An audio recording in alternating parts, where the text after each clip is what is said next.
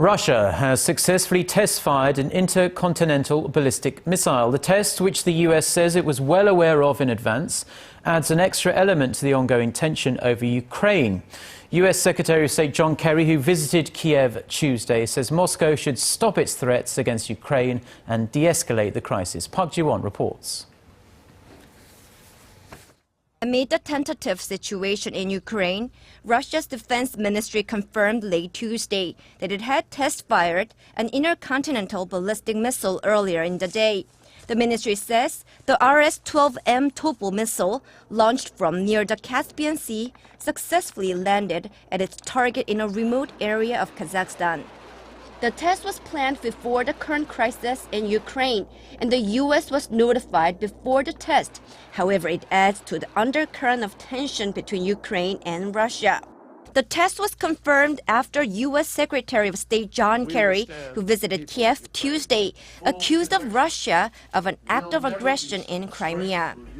Here in the streets today, I didn't see anybody who feels threatened, except for the potential of an invasion by Russia. So I would hope that President Putin, who,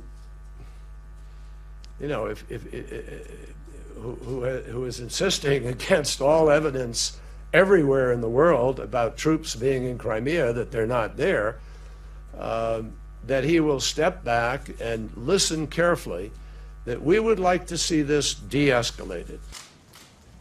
The United States has also pledged massive economic and technical assistance to Ukraine's new government. The economic and technical loan package amounts to $1 billion pending congressional approval. In a press conference with reporters Tuesday, Russian President Vladimir Putin defended his country's incursion in Ukraine. Putin said what happened in Kiev was an unconstitutional overthrow, but stressed the use of military force would be the last resort in dealing with the crisis. U.S. President Barack Obama later dismissed Putin's justifications, saying they were a pretext to invade further in Ukraine.